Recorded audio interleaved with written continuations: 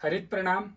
आज हम ये जानेंगे कि राबड़ी कैसे बनाते हैं। राबड़ी बनाने की विधि को शुरू करने से पहले मैं आप सबका इस बात के लिए शुक्रिया अदा करना चाहूँगा कि जो मेरी पिछली पोस्ट थी जिसमें हमने राबड़ी दिवस के बारे में जिक्र किया था, उस पोस्ट को आप सबकी तरफ से जो सराहना मिली है उसके लिए आप सबका मैं बहुत आभारी हूँ। वो पोस्ट करीब 7 मिलियन यानी 70 लाख लोगों तक उसकी रीच हुई है।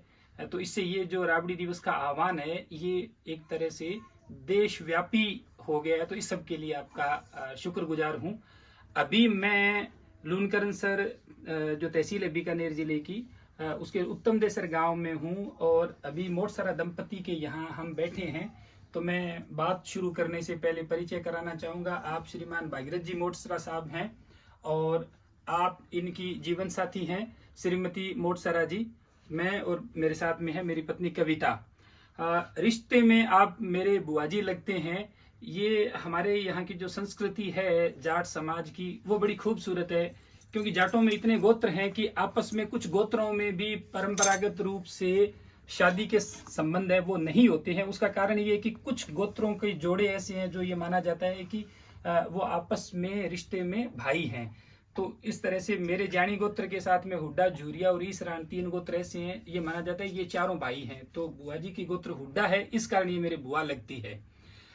तो आज हम बुआ जी के पास में बैठे हैं और बिल्कुल ट्रेडिशनल जो वे है परंपरागत तरीका राबड़ी बनाने का उस पर बात करेंगे। 2 तरह की राबड़ी बनाई जाती है, एक डो वाली राबड़ी और एक नॉर्मल राबड़ी। गर्मियों के दिनों में डो वाली राबड़ी है उसका प्रयोग किया जाता है क्योंकि वो राबड़ी है उसकी तासीर ठंडी होती है।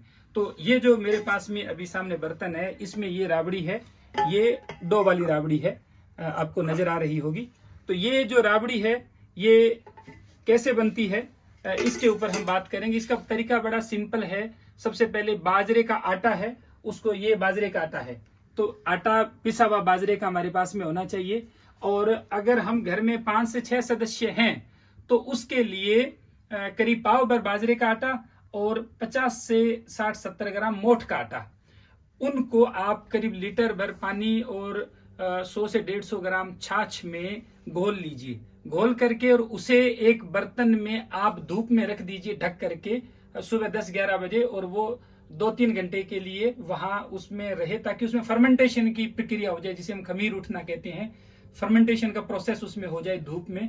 उसके बाद में आप जब दिन ढलने को आए, लगभग ये समय 4-5 बजे का, उस वक्त आपको क्या करना है कि आप एक बर्तन ले। वो बर्तन इस तरह से धातु का हो सकता है या वो मिट्टी की हांडी हो सकती है। उसको चूल्हे के ऊपर चढ़ाना है धीमी आंच में पकाने के लिए, और उसमें आप करीब 2.5 से 3 लीटर पानी डाल दें। इतना ही पानी डालना है ना बुआ जी? हाँ, इतना पानी डालने के बाद में जब वो पानी गर्म हो जाए तो उसमें वो जो फर्मेंटेड आपके पास में मटेरियल जो धूप में रखा हुआ था, मोठ और बाजरी का मिश्रण, उसको आपको उसमें डाल करके और फिर उसको अच्छे तरीके से मथना है ताकि उसमें गुठले नहीं बने, और उसको करीब 20-25 मिनट तक धीमी आंच पे पकाना है।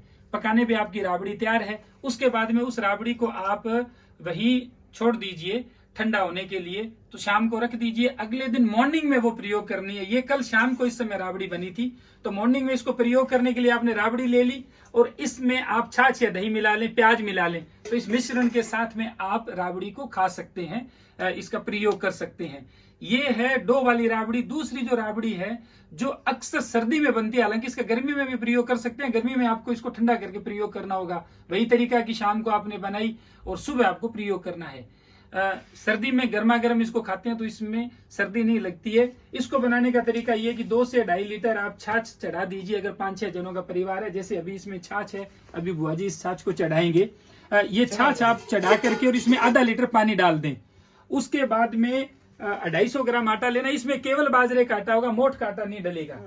तो इसमें बाजरे का आटा लेकर के और आटा इसमें डाल देंगे और फिर इसमें लगातार इसको मथते रहेंगे ताकि गुठले नहीं पड़े। जैसे अभी बुआ जी आटा डाल रहे हैं, और उसके बाद में इसको धीमी आंच पे पकाएंगे। इसको पकने में घंटे से 1.5 घंटा, इतना ही समय लगेगा बुआ जी, घंटे से 1.5 घंटा समय लगेगा। फिर ये पक करके तैयार हो जाएगी। जरूरत के हिसाब से इसमें नमक मिला लें, और पकने के बाद में फिर सर्दी में तो ये गर्मा गर्म खाई जाती है, और गर्मी में अभी देखो इसको मथा जा रहा है, मिक्स किया जा रहा है ताकि गुठले नहीं पड़े इसमें।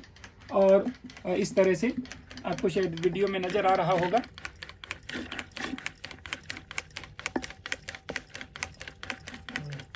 तो इस तरह से अब इसको अच्छे तरीके से इसमें मिक्स करने के बाद में ऊपर आंच के ऊपर चढ़ा देंगे और इसको पकाएंगे।